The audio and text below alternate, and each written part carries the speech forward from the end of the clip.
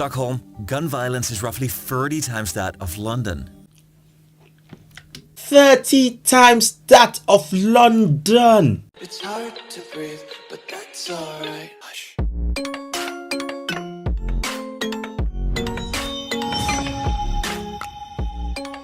Yo, my beautiful people, we're back again with more interesting videos. You guys requested me to check out this video. Okay, so for a couple of days now, I'm checking out requests from you. I'm gonna still continue with my normal type videos, but I'm gonna check out your requests because, guys, I love you and I really appreciate your input on this channel.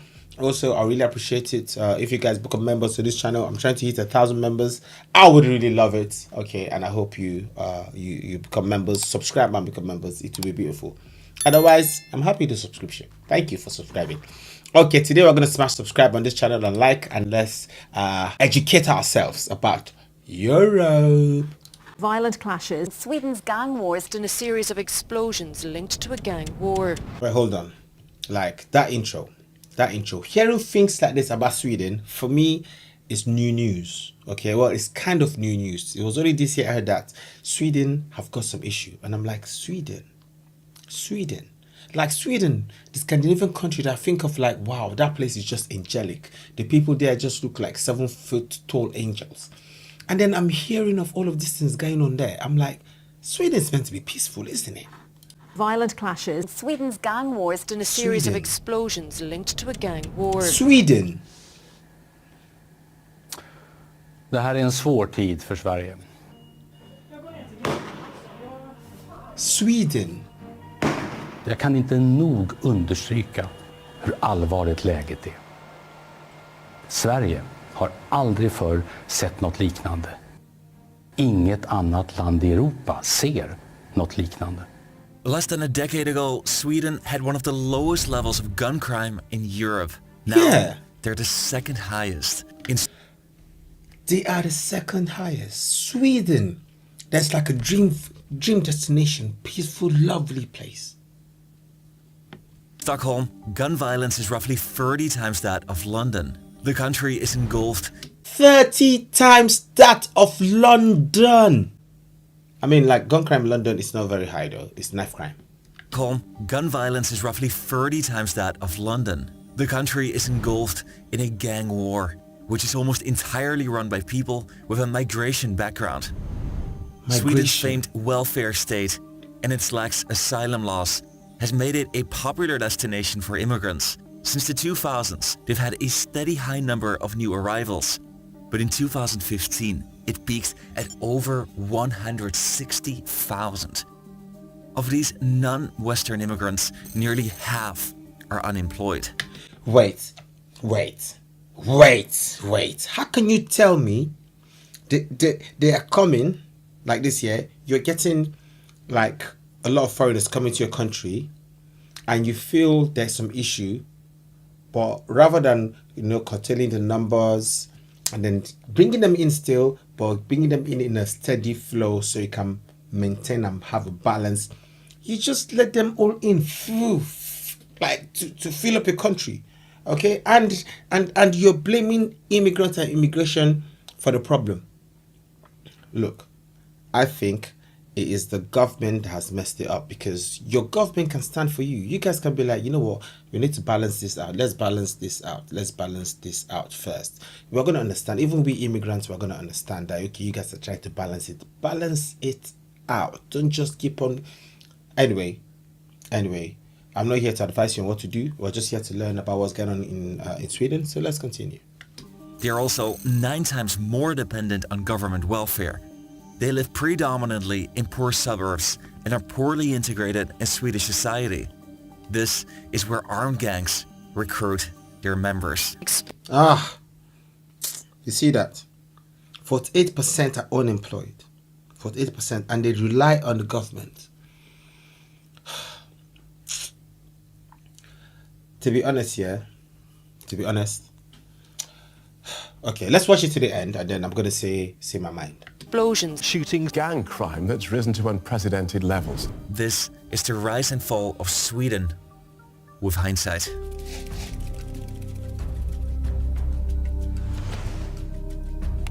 No, things like this hurt me. things like this really hurt me. Like, it hurt me so much because I'm in this country as an immigrant, and when people talk bad about immigrants here, they don't just say, okay, this immigrants or those immigrants. They just say immigrants, an umbrella word. It covers all immigrants, and they'll be like, oh, you guys are like this. You guys are all like this. You see what I mean? So controlling immigration numbers helps all of us, helps our reputation as well. Okay, it helps our reputation as well. Okay, you need to,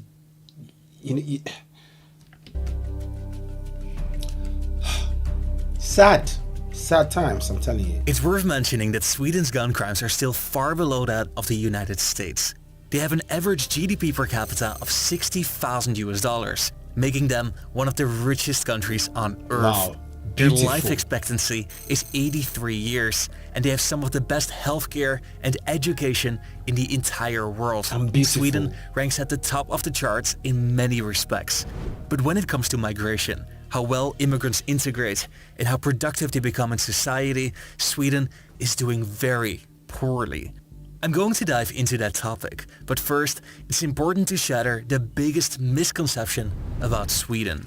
They're often regarded as a social democratic utopia, some kind of third way between capitalism and socialism. And people believe that nations can achieve similar social outcomes by expanding their size of the government, but that would be a misreading of history.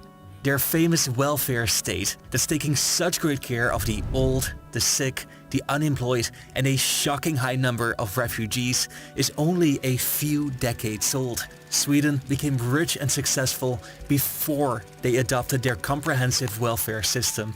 In the 1870s, their economy was far below Northern and Western Europe, and their average GDP per capita was half that of Great Britain. 3/4 of their population lived off farming, which was an incredibly tough existence in this semi-Arctic environment. They developed a strong work ethic with an emphasis on hard work, individual responsibility, and family values.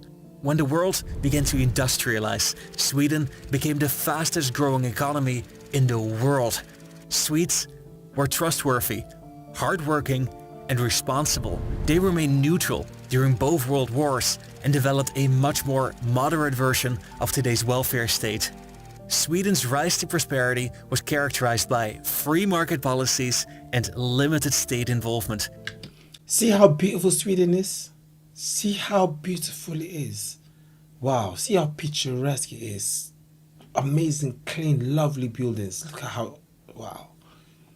Yeah, I can see why it's been very. I can see why it's very attractive to a lot of foreigners. I mean, it's very attractive to me. It wasn't until the 1960s that they underwent more drastic reforms to their welfare system. The concept "folkhem," meaning people's home, gained popularity. It describes Sweden as a family, with citizens being expected to take care of each other like siblings. This philosophy partly explains Sweden's embrace of refugees. Today, their welfare state provides citizens, native or immigrant, with incredible benefits. Wow. When a child is born or adopted, each parent is entitled to 240 days of parental leave. Whoa. A married retired couple receives payments that almost equal their pre-retirement income. Healthcare and education are mostly free and are amongst the best in the world. The state is very generous, but this needs to be financed through taxes.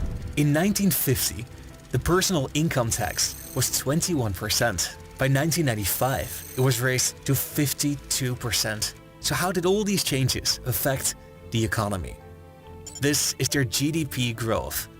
In this period, between 1968 and 1975, most drastic welfare reforms took place. They suffered quite a bit during the 80s and again during the 90s. They were the 4th richest country in 1975 and the 14th in 1993. The employment rate hasn't improved that much. In 2014, it was only slightly higher than 3 decades earlier. Inequality in 2013 was about the same as in 1950. Let that sink in for a moment.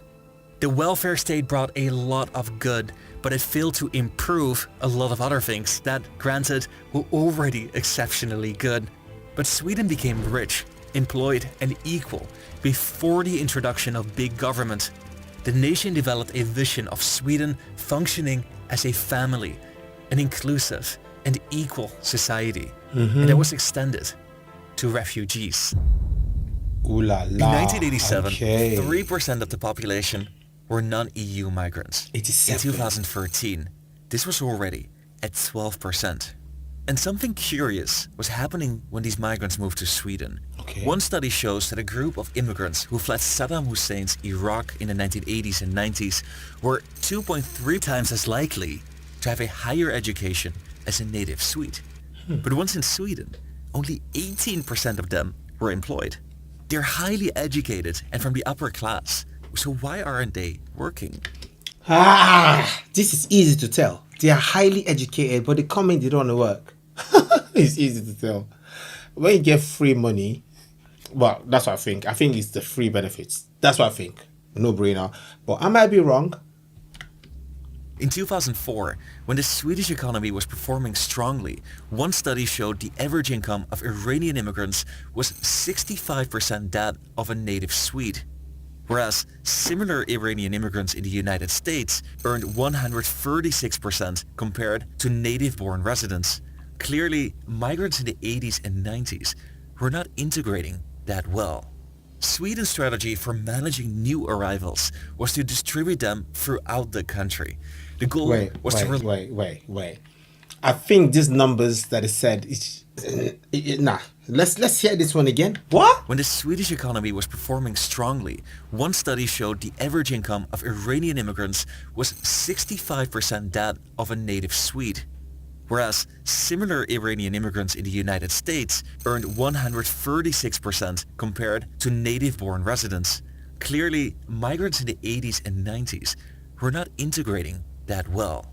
Sweden's strategy for managing new arrivals was to distribute them throughout the country. The goal was to relieve pressure on the big cities, but what they often overlooked were the local economic conditions. On top of that, about 2/3 of jobs in Sweden are filled through informal means, which is challenging if you do not speak the language and you don't have a social network.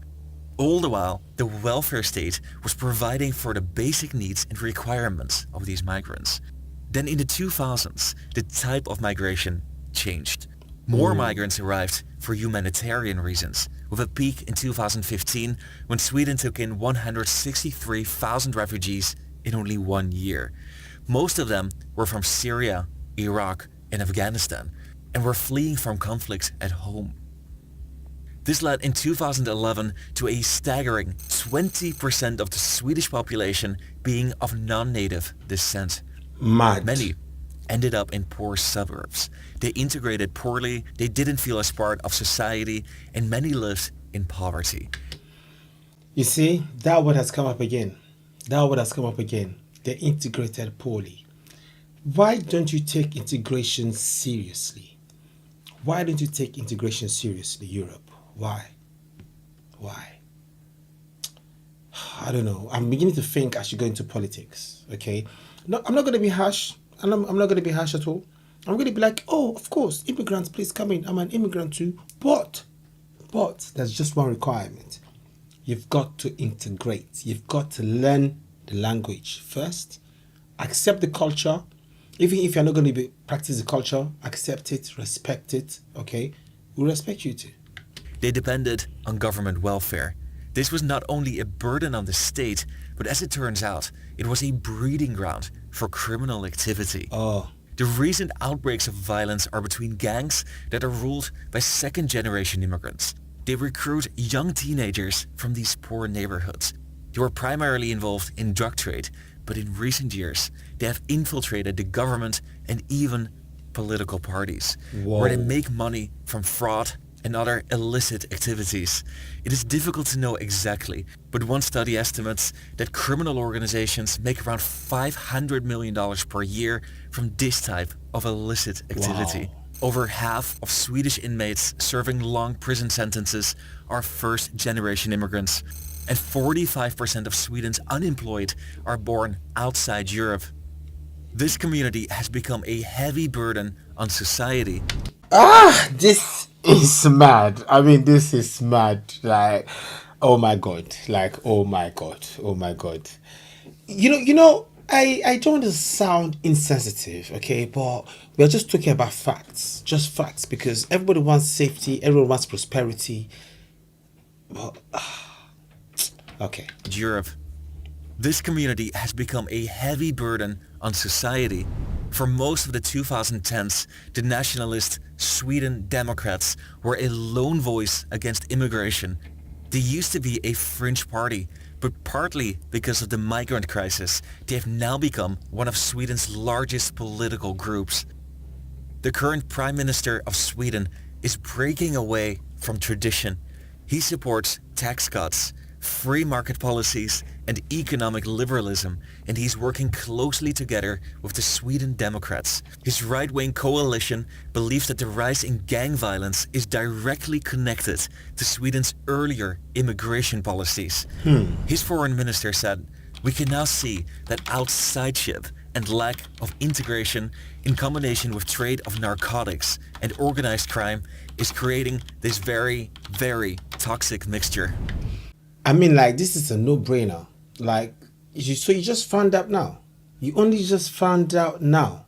I don't know. Like, for some reason, I feel like it's basically too late, because it's kind of too late for Sweden. Well. Never give up. Never give up.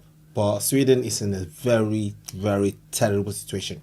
If everything in this video is accurate, if everything here is true, Sweden is in a dire situation.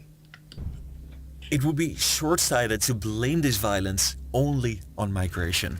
Government policies aimed at integrating migrants are partly to blame, and the situation escalated in a system that went perhaps too far in accepting new arrivals. But what makes it challenging is that this issue speaks directly to a core belief of Swedish identity. Immigration is closely linked to the country's post-war economic boom. So there's a historic understanding or sense that given some time, and this will be something positive for Sweden. You make sure that they get jobs, they get somewhere to live, and they get a place in Swedish society. Otherwise, you just you create a problem. The idea of fully returning to a capitalist society is not widely supported, but that reforms are desired can be seen in Sweden's current government policy. They are implementing racist policy. They're making it harder for immigrants from outside the European Union to get social benefits. And for children that have 2 foreign parents, preschool is now compulsory to help them learn the Swedish language. Sweden appears to be on a road towards increasing economic liberty and incentives for work within the scope of the welfare system. Could this be the end of their famous middle ground? Please consider watching one of these 2 videos next. Wow. I don't know. Sweden's situation is almost too late. It is almost too late. Like, look at how the country just collapsed. Look at how they destroyed themselves. Like I said, immigration is not the problem. The migrants are not the problem. They might be part of the problem, but they're not the problem. The problem is the government policies. When you notice things are changing like this, you need to quickly, stamp it out. Okay, you don't wait for a problem to get massive. Okay, that's why it's good for you to go to the hospital for checks. Just go for checks in case there's anything wrong with you.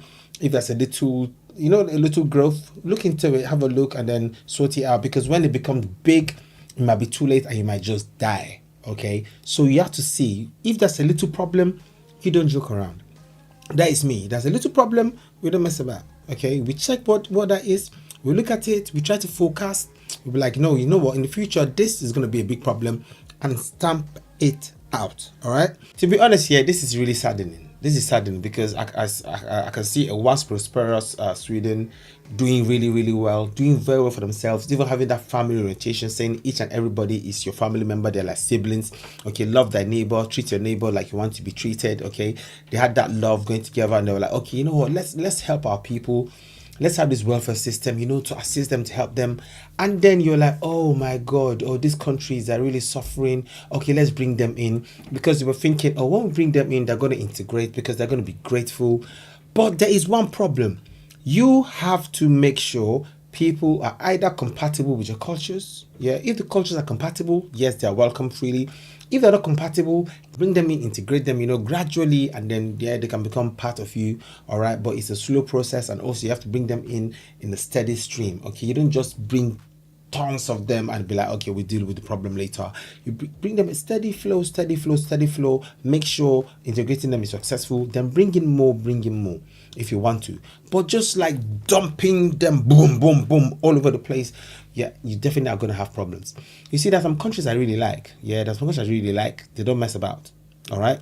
Like, for instance, now, like, I like Middle Eastern countries. I like them so much. I see them, I see their cultures, I see them in their hijabs, I see them doing their religious worships, I see them doing their things.